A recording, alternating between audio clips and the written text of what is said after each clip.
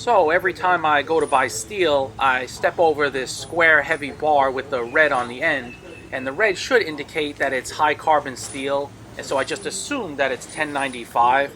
It turns out it isn't, but it should still be very suitable for what I want. What I have in my mind is to 放没 make 关系 or 的，to 谢 have 谢，made a stump style anvil. 谢谢你。So I took my chunk of that steel off to the machinist here, and I'm waiting for the guy I want to speak to get out of the can. And so in the meantime, I just filmed a bit. That's a very big lathe. It's incredible all of the machinery that they squeeze into such a small space. And I've heard that this company, like a lot in this area, are probably going to move out eventually. I mean, it's called urban renewal, and you can see new buildings popping up and these old buildings being demolished. I don't really feel like it's renewal or it's progress, but hey, that's the way life goes, I suppose. And urban renewal notwithstanding, these guys could sure use a cleaning. There's my chunk of this steel, and as you can see, it's YK30, and it's an odd size. It's 67 millimeters square. So this is what I had made. A stake or stump style anvil made to my own specs. Do I absolutely need this? No. But I think this could come in very handy for me, and I like to work on small surfaces for certain things. You can see right at the top end there, it's 1 inch square. So if you had a 1 inch hardy, that would fit perfectly inside of that, though that's not my intended way to use this.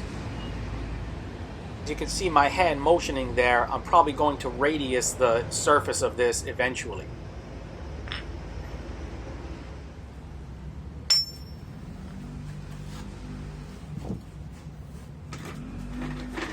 So I laminated these blocks together, and I'm going to try it with this, though I'm not sure if this will work too well. It might just jump around too much. We'll see.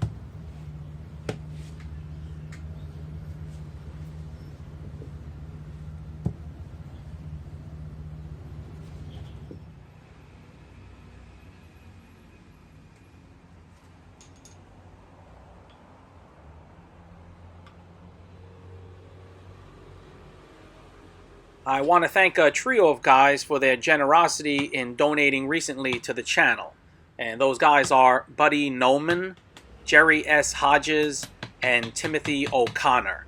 And the latter, Timothy, is also a new Patreon supporter. Donations like this are a bigger help than you can imagine. So thanks very much.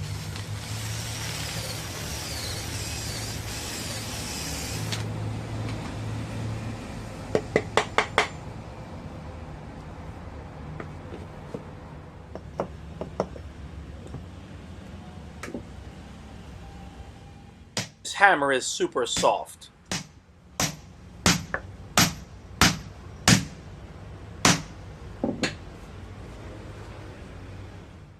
I'll ease the edges some. Of course, when you get a new anvil of any type, then you want to dress it some, but I always would say err on the side of doing less, because you can always remove more later, but if you remove too much in the beginning, there's no going back.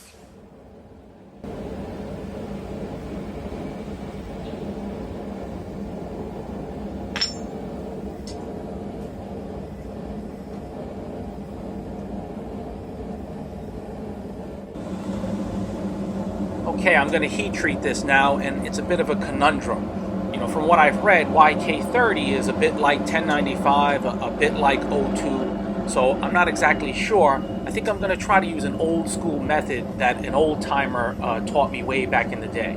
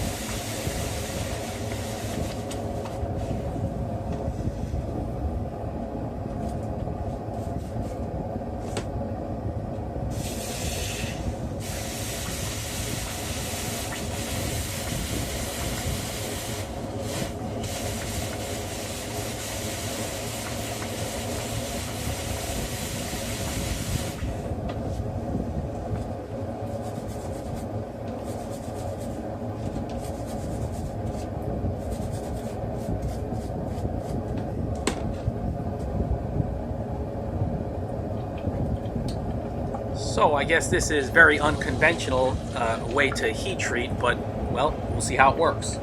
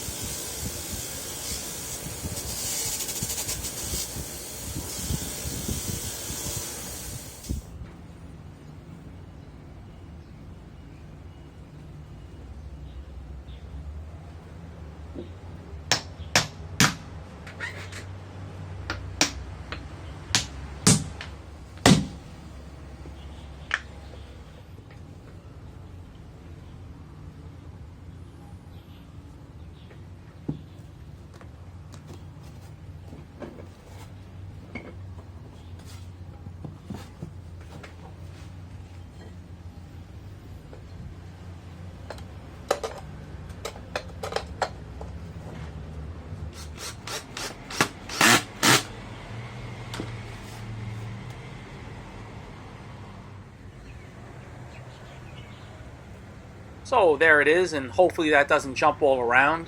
I'll give it a go. I'll work on a simple pair of tongs and see how this works. Like I said earlier, I plan to radius the whole surface of this in 4 directions, but for now I'll just use it flat.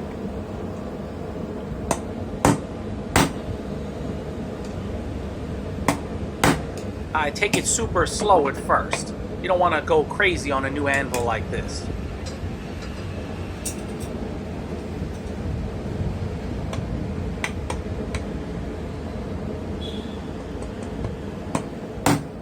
Not sure if you can hear this, but it's just way too loud. It just makes way too much of a wood thumping sound, and I know that'll drive my neighbors nuts, so I'll try to sort that out.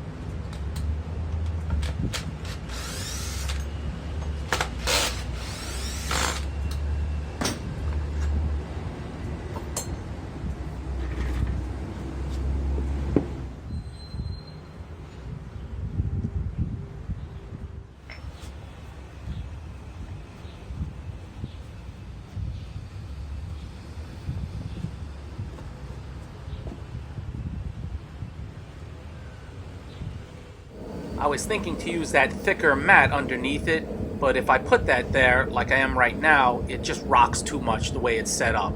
So I'll just go with the thin piece for now.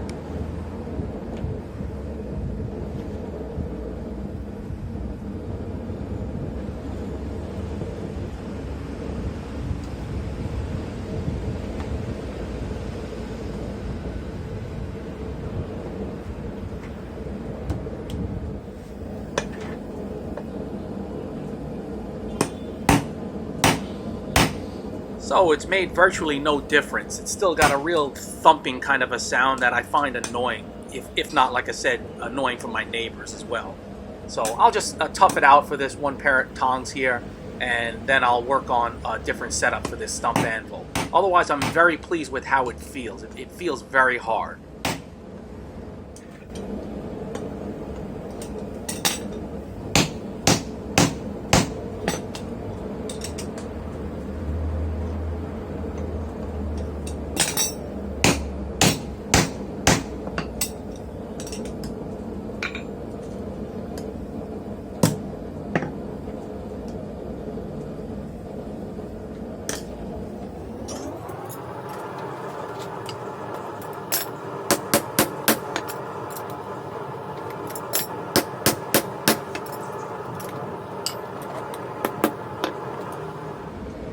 This stump anvil only weighs about 5 pounds, but I'm really impressed with how much resistance it's giving me, how I'm able to move this material with just light hammer blows. With a proper base, this would be even better.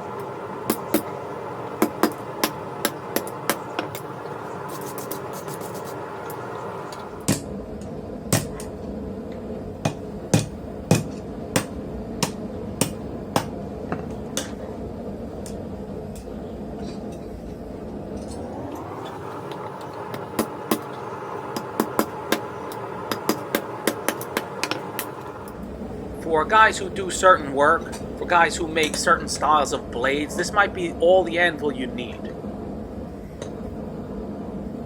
Also, this would make one heck of a traveling anvil. You could literally fit this in your lunchbox.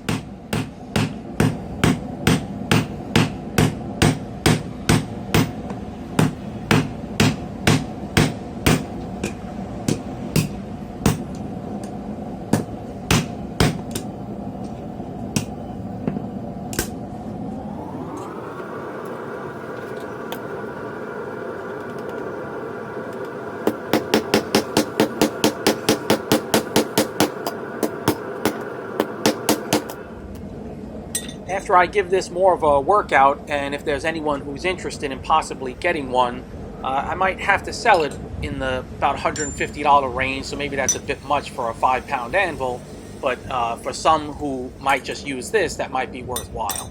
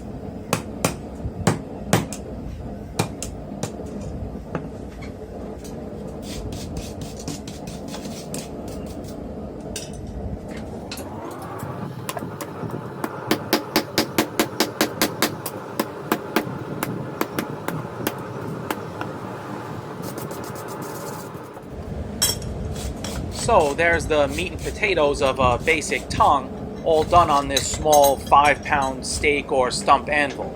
So with the proper technique, it doesn't take much in the way of tooling to do good work.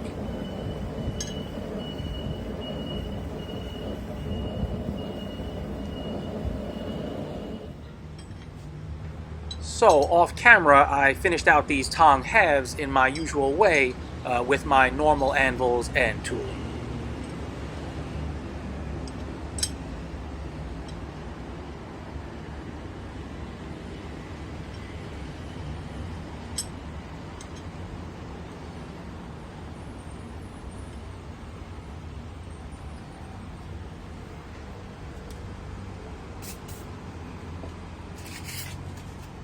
I put that heavy rubber mat back underneath, so that's why it's rocking like crazy here.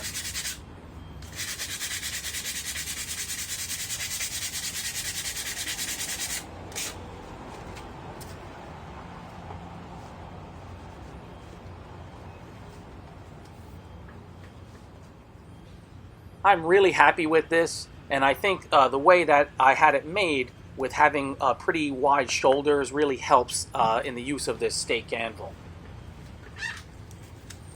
So for a better base, maybe I can get a hardwood stump, something like that there, or I've got some other ideas. I actually think maybe I can make a small concrete base, and that might work pretty well.